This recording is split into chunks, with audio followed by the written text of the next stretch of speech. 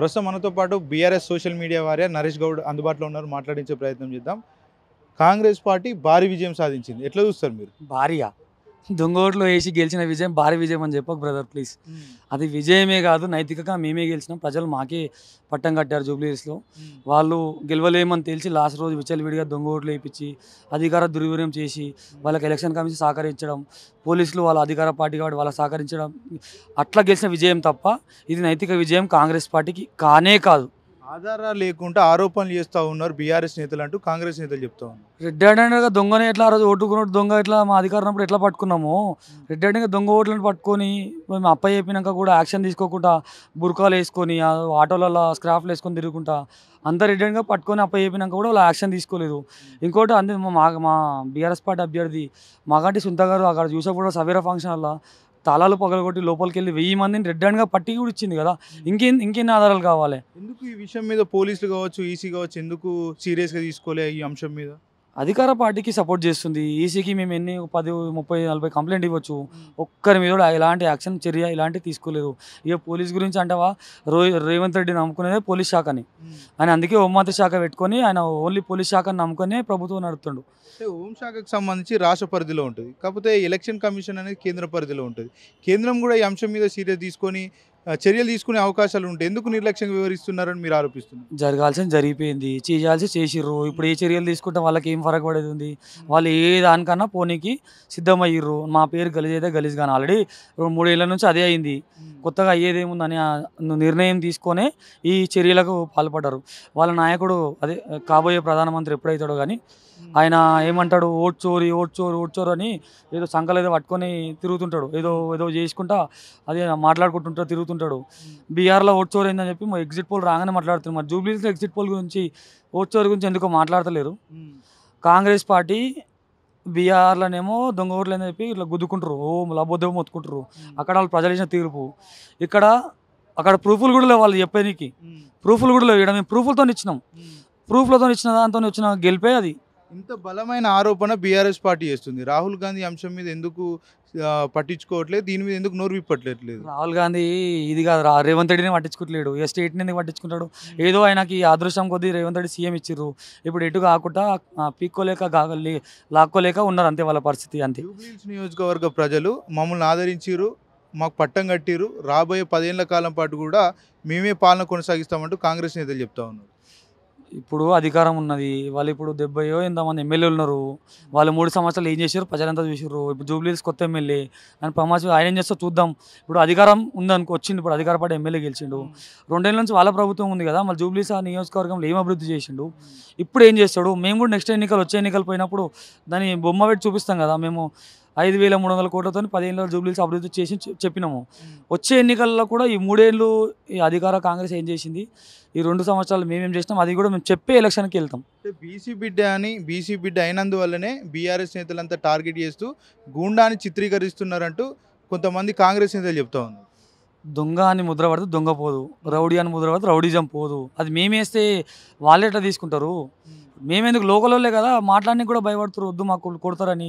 వాళ్ళు ప్రమాణం చేసి చెప్పమనండి, ఎవరైనా నైటు ఇట్లా మాకు బీఆర్ఎస్ పార్టీ సపోర్ట్ చేసిన ఇంటికి పోయి రౌడీలు పంపించి భయభ్రాంతులకు గురి చేయాలని ప్రమాణం చేసి చెప్పమనండి, అప్పుడు రౌడీలు గారిని ఒప్పుకుంటాం. ఇప్పుడు డబ్బులు వంచకుండానే మేము గెలవబోతున్నామని నవీన్ యాదవ్ గతంలో చెప్పిండు. నిజంగానే మరి డబ్బులు వంచలేదని అనుకోవచ్చా, లేకపోతే మీరు ఎట్లా చూస్తారు అంశం? కాంగ్రెస్ పార్టీ కార్యకర్తలు చెప్తుర్రు మీరు ఇస్తలేరు, మేము ఇచ్చినామని. ఇంకేం సాక్ష్యం కావాలి చెప్పనీకి? మరీ దారుణంగా నాన్ లోకల్ లీడర్లు పోలింగ్ బూతుల దగ్గరనే వంచిండు. వాళ్ళకి అధికారం ఉన్నది, సపోర్ట్ చేసే శాఖలు ఉన్నాయి, డబ్బులు ఖచ్చితంగా వంచారు. డబ్బు బలం, దొంగ ఓట్లు తప్ప ఇది కాంగ్రెస్ విజయం కాదు. కేటీఆర్ కూడా ప్రజల్లోకి వెళ్ళిండు, రోడ్ షోలు చేసిండు, ప్రజలతో మమేకమై కూడా ప్రచారం చేసిండు, కానీ అవన్నీ కూడా విఫలమైనట్టు కనబడతా ఉంది. ప్రజలు మమ్మల్ని యాక్సెప్ట్ చేసిర్రు. నేను ప్రజల్ని ప్రజలు మమ్మల్ని యాక్సెప్ట్ చేసి మాకు ఇచ్చే ఓటింగ్ శాతం మాకు ఇచ్చిర్రు. వాళ్ళు నైతికంగా విజయం సాధించి అధికార దుర్వినియోగం చేసి విజయం సాధించారు తప్ప ప్రజలు మమ్మల్ని తిరస్కరించలేదు. మా ఓటింగ్ శాతం పెరిగింది, ప్రజలు మమ్మల్ని యాక్సెప్ట్ చేసినారు. మాగంటి సునీత ఎమోషనల్ అయింది, కావాలని ఓట్ల కోసం ఎమోషనల్ అయిందంటూ కూడా పలుసార్లు కాంగ్రెస్ నేతలు ఆరోపణలు చేశారు. ఎట్లా చూస్తారు అది? ఎమోషనల్ కావడం ఏంది? తమ భర్త చనిపోయి 6 months అవుతలేదు. ఫస్ట్ టైం భారీ బహిరంగ సభ పెట్టినారు. అందరినీ చూసే వరకు అలా హస్బెండ్ లేడు ఈడ అని కన్నీటి వచ్చినాయి. ఆ రోజు తప్ప ఈ రోజన్నా ప్రచారంలో ఎక్కడన్నా ఆమె కన్నీటి చుక్కన రాసిందా? ఆడోళ్ళకి సహజంగానే నీళ్ళు కన్నీరు వస్తుంటుంది. ఇప్పుడు ఆమె కాంగ్రెస్ క్యాండిడేట్ ఉంటుంది, ఎవరో ఇట్లా కప్పనూరు వేసుకొని కొడుతుంటుంది, కల్వ సుజాత ఆమె పేరు ఉంటుంది. ఆమె సీటే రాలేదని చెప్పి బర్ర ఒత్తుకుంది కదా, నాకు ఇయ్యలేదని. ఇప్పుడు అంతకన్నా దారుణం లేదు కదా. అలా భర్త గుర్తుతో చేర్చుడు వేరా, సీటీ వల్ల ఏడ్చుడు వేరా, రెండింటికి చాలా తేడా ఉంది. బీఆర్ఎస్ పార్టీ అభ్యర్థి ఓడిపోతారని ఫ్రస్ట్రేషన్తో ఎలక్షన్ రోజు హంగామా సృష్టించారు. కాంగ్రెస్ పార్టీ అభ్యర్థి నవీన్ యాదవ్పై ఇంటికి వెళ్ళి దాడి చేసిరంటూ కాంగ్రెస్ నేతలు పదే చెప్తా ఉన్నారు. ఎట్లా చూస్తారు? ఇప్పుడు వాళ్ళకి అధికారం ఉన్నది, వాళ్ళు చెప్పింది వినాలని వాళ్ళు ఒకటి ఫిక్స్ అయిపోతుర్రు, ఒకటి స్టాంప్ వేద్దామని చూస్తుర్రు.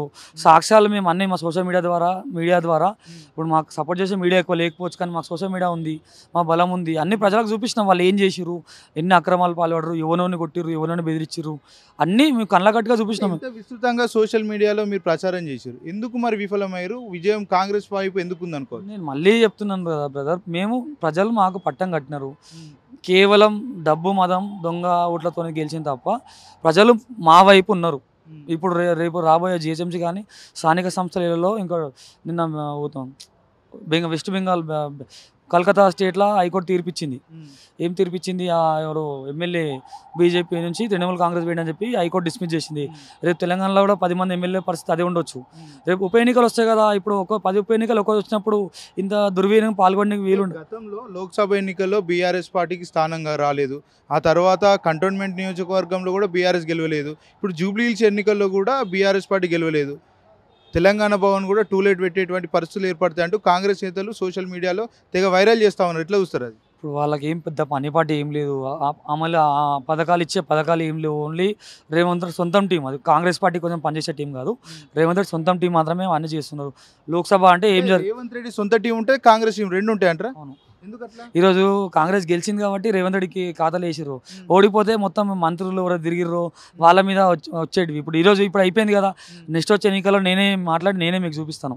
ఇక పార్లమెంట్ అంటారా, అది ఒక పరిస్థితుల్లో అయినాయి. వాళ్ళు ఊరు దొంగలు ఊరు పంచుకుంటే మీకెనిమిది నాకెనిమిది అని పంచుకున్నారు. ఇక కంటోన్మెంట్ అంటే శ్రీ గణేష్ ఆయన 4 సార్లు ఓడిపోయిండు, మా క్యాండిడేట్ అప్పుడే చనిపోయింది, కొత్త క్యాండిడేట్. ప్రజలు ఈయన కూడా సెంటిమెంట్ ఉంది కాబట్టి గెలిపించారు. ఇక జూబ్లీహిల్స్ అంతా నేను ఇప్పటికే చెప్పినాను, దొంగ ఓట్లను నమ్ముకొని గెలిచారు. సక్సెస్ అవుతారంటారా రాబోయే రోజుల్లో కాంగ్రెస్ పార్టీ? అది ఏమవుతుందో వాళ్ళే చూస్తారు, వాళ్ళకు కూడా అంత పెద్దగా లేదు. సగం మంది కాంగ్రెస్ క్యాడర్కి ఇష్టం లేకుండే, కానీ ఓడిపోతానన్న పథకాలు అమలు చేసి లోకల్ బాడీ పెడతాడేమో అని చూసినారు. చూద్దాం. 2 ఏళ్ల కాలం పాటు మేము సక్సెస్ అయినాం, ప్రజలకు సంక్షేమ పథకాలు గడపకు అందజేసినాం, తద్వారానే ప్రజలంతా మాకు పట్టం కట్టిరంటూ కూడా కాంగ్రెస్ నేతలు చెప్తా ఉన్నారు. నిజంగానే సంక్షేమ పథకాలన్నీ ప్రజల వద్దకు వెళ్ళినాయి అనుకోవచ్చు. ఒక్కటే ముచ్చట, అంత సక్సెస్ అయితే దొంగ ఓట్లను నమ్ముకోవాల్సిన పరిస్థితి ఎందుకు వచ్చింది? పథకాలు అంటున్నాడు, ఆ రేషన్ కార్డులు కట్ చేస్తా, అది చేస్తా అని అజరుద్దీన్కి మినిస్టర్ పదవి ఇచ్చి, ఇంత అవసరం లేదు కదా. అమలు సంక్షేమ హామీలు అన్ని ఇచ్చిన అమలు చేస్తే ఒక మంత్రి పదవి ఉన్న పలంగా ఇచ్చి డబ్బులు పంచి దొంగోట్లు వేయాల్సిన అవసరమే కర్మ ఉండకపోతున్నాయి కదా. ఇప్పుడు మేము అధికారంలో ఉన్నప్పుడు 7 ఉప ఎన్నికలని, 7 ఉప ఎన్నికల్లో 5 మేము గెలిచినాం, 3 కాంగ్రెస్ డిపాజిట్ కూడా రాలే. మేము హామీలు అమలు చేస్తేనే కదా మాకు ప్రజలు కట్టం కట్టరు. మొత్తానికి బీఆర్ఎస్ పార్టీ పని అయిపోయింది, కథం అయిపోయింది అంటూ కూడా కాంగ్రెస్ నేతలు చెప్తా ఉన్నారు. ఒక బీఆర్ఎస్ సోషల్ మీడియా వారియర్గా మీరు ఏం చెప్పదలుచుకున్నారు? అది బీఆర్ఎస్ పార్టీ పని అయిపోయే ప్రసక్తి లేదు. 2001 నుంచి మేము ఎన్నో ఉప ఎన్నికలు చూసినాం. ఉద్యమం నుంచి మా సారు పదవులను గడ్డి పొరకలాగా తీసేసి కేంద్ర మంత్రి పదవి తీసేసి వచ్చేసిన గొప్ప నాయకత్వంలో పనిచేస్తున్నాం. కేసీఆర్ గారి నాయకత్వం పనిచేస్తున్నాం. అదిరేది బెదిరేది. రేపు బీఆర్ఎస్ పార్టీ ఎంత బలంగా అవుతుందో చూస్తారు, ప్రజలు స్వాగతిస్తారు, నిర్ణయిస్తారు, మమ్మల్ని ఇంకా పైకి తీసుకెళ్తారు.